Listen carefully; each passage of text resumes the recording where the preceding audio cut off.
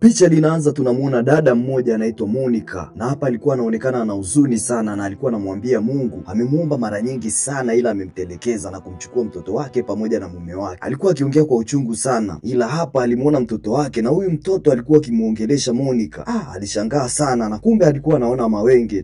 Karibu kusikiliza simulizi ya huu mzigo kuanzia mwanzo mpaka mwisho, na pia kama ndo mara ya kwanza unakutana na channel hii, basi hujachelewa mwanangu, bonyeza alama ya subscribe kisha bonyeza alama ya kengele ili uwe wa kwanza kabisa kupata simulizi zetu bomba punde tu tunavoziweka hapa. Tunaanza tunamuona Monica yuko ofisini kwake, na hapa mume wake alikuwa anampigia simu na anamwambia amemmisi sana. Monica akamwambia amemmisi pia, na hata dakika 30 hazijapita ataingia waachane na mume wake. Mwamba anamwambia amemmisi haijalishi ni muda gani ambaye ametoka kwake. Na mjomba wakati anazungumza, kuna mfanyakazi mwenzake na Monica ambaye anaitwa Juliet alikuja hapa, na Juliet akawa anamwambia Monica weekend nzima ameshinda akiwa yuko na mume wake, hivyo anamsihi amwambie mume wake amwache afanye. Alikuwa anamtania na mume wa Monica naye alikuwa anasikia, na alimwambia Juliet ana wivu tu na sio kitu kingine. Walikuwa wanazungumza kwa utani ikiashiria kwamba wanafahamiana vizuri kabisa. Na hapa Juliet akamwambia Monica muda wa kikao umefika, hivyo amfuate. Monica alikubali na Juliet yeye akatangulia, akamwacha Monica akiwa anamalizia kuongea na mume wake. Na baada ya kumaliza kuongea, Monica alikata simu na akamfuata Juliet kwenye kikao. Na huku tunamuona Monica ni kiongozi wa maafisa habari katika hii kampuni. Upande wa pili tunamuona mume wa Monica ambaye anaitwa Wilson na mtoto wao ambaye anaitwa Mira. Wilson ndo alikuwa ametoka kumchukua Mira shuleni. Wilson na mtoto wake walikuwa wanapendana sana, na hapa walikuwa wanapiga story. Basi baadaye inaonekana Monica ndo anarudi nyumbani, na hapa anapokelewa vizuri sana na mtoto wake pamoja na mume wake. Na Mira anamueleza mama yake juu ya mambo ambayo yanamtokea shuleni. Pia hapa tunagundua familia hii ni ya kidini sana na inampenda Mungu, hivyo hata Mira amelelewa kiimani. Basi siku inayofuata Wilson anaonekana anampeleka Mira shuleni, na hapa anamuelekeza Mira kwamba inabidi aende akakae kwa bibi yake kwa kipindi cha wiki moja. Mira alikubali, hivyo hilo swala limeshaisha kwa sababu Wilson pamoja na Monica wanataka kufanya sherehe ya kutimiza miaka 12 katika ndoa yao. Basi asubuhi Mira inaonekana tayari ameshaandaliwa ili aelekee kwa bibi yake, ila leo hii Mira alikataa kwenda na alikuwa anasema ataenda siku nyingine lakini sio leo. Hapa Monica pamoja na Wilson walimshawishi sana Mira na mwisho Mira alikubali. Hivyo Mira akaagana na baba yake pale pamoja na mama yake, na mwisho aliondoka na baba yake na kumwacha mama yake ambao ni Monica akiwa peke yake nyumbani. Basi bana, baada ya muda kidogo akina Wilson walivyoondoka, Monica alipigiwa simu kupitia simu ya mume wake, na anaambiwa kuwa mume wake pamoja na mtoto wamepata ajali na sasa wamepelekwa kwenye hospitali ambayo inaitwa St. Memorial. Monica akadata kinoma, kisha chap kwa haraka akaenda huko hospitalini. Basi alivyofika anaonekana analia huko akiwa anapiga maombi kwa Mungu mtoto wake pamoja na mume wake wapone. Alisali sana, na mwisho tunamuona Juliet naye anaingia, na hapa Juliet na yeye akaunga tela wakaanza kusali pamoja na hata ikupita muda mrefu daktari anafika na kuwapa taarifa mbaya kuwa mume wa Monica pamoja na mtoto wake wamekata. Monica hakuamini kabisa kitu ambacho anakisikia na alipanic sana na alianza kulia kinoma noma, na Juliet lakini baada ya yote Monica alifanikiwa kumpumzisha mume pamoja na mtoto wake. Ila ndio hivyo Monica anaonekana kama amedata hivi. Juliet na yeye yuko hapa na alikuwa akimfariji Monica. Monica anasema Mungu amemtelekeza, ila Juliet anamwambia Mungu hajawahi kumtelekeza mtu, bali anajibu katika wakati ambao ni sahihi na kila ambacho anakifanya ni sahihi. Monica na yeye msimamo wake ni ule ule, Mungu amemtelekeza, na alikuwa akilia kwa uchungu sana na anasema amesali sana ila hakuna kitu ambacho kimetokea na mume wake pamoja na mtoto wake wameondoka. Juliet alimfariji rafiki yake, ila ndio hivyo Monica yupo katika hali mbaya sana. Na hapa alikuwa anakumbuka namna alivyokuwa anamfundisha mtoto wake na kumpatia elimu ya imani, lakini leo hii amempoteza mtoto wake. Basi baadaye Monica akaenda kwenye Biblia yake na hapa aliifungua kisha akaachana nayo. Inaonekana imani yake imepotea, kwani alikuwa anasema Mungu amemtelekeza na amechukua kila kitu ambacho alilia sana, kisha akaenda jikoni na alichukua kamba ili ajimalize. Ila hapa alimuona Wilson na Wilson alimkanya asifanye hivyo. Monica anaona mawenge tu, na kutokana na hili tukio aliahirisha kujinyonga na alishindwa kabisa kujua nini. Basi alienda kulala kwenye kitanda cha mtoto wake na alikuwa akikumbuka kumbukumbu nzuri ambayo alizipitia. Kesho yake tena shughuli kaendelea pale pale. Monica anaonekana bado analia na lawama zake bado anamtupia Mungu, na akapata wazo la kujimaliza tena, hivyo akachukua kisu alikuwa anataka ajichome. Ila hapa akamuona tena mtoto wake na alikuwa akimkanya, kisha baada ya hapa mtoto wake akapotea. Lakini kwa bahati nzuri Juliet naye alikuwa anaingia hapa na alimuongelesha Monica na akamwambia achie hicho kisu, kisha Monica alikubali. Juliet alimchukua Monica na akampeleka kitandani, alafu yeye akaenda kwenye friji kwa ajili ya kumchukulia maji, na hapa akampigia simu daktari na kumueleza hali ya Monica. Daktari akamuelewa na kumwambia kesho hakikisha anamleta hospitalini. Basi akarudi kwa Monica na akamwambia inabidi aende kesho hospitalini. Monica alikataa. Juliet akamwambia sawa, akamuomba basi aende akaishi naye nyumbani kwake. Monica ili swala pia alilikataa. Yeye anachosema akasema anamhitaji mtoto wake pamoja na mume wake. Kisha baada ya hapo Monica aliinuka na kwenda kulala sitting room. Juliet alimfuata na kumbembeleza Monica. Yeye alimkumbuka mtoto wake na siku ambao aliagana kwa mara ya mwisho. Monica ana uchungu sana na anasema kama angefahamu basi asingemruhusu mume wake na mtoto wake kuondoka siku ile. Ila ndio hivyo, kila jambo likitokea basi lina sababu. Basi siku nyingine Juliet alimpikia, lakini Monica alikataa kabisa kula hicho chakula. Hapa Juliet alimwambia Monica kuna rehabu moja ambayo anaifahamu, inambidi naye aende kule, kwani pale kuna watu maalum ambao wanaweza wakamsaidia na hali ambayo anayo kwa sasa. Basi kesho yake mwenyewe akajipeleka rehabu na huko akajiandikisha mwenyewe. Sekretari wa hapa akamuuliza Monica kama ana mtu yoyote wa karibu. Monica akasema na rafiki yake mmoja ambaye anahisi tayari ameshamchosha na ndio maana ameamua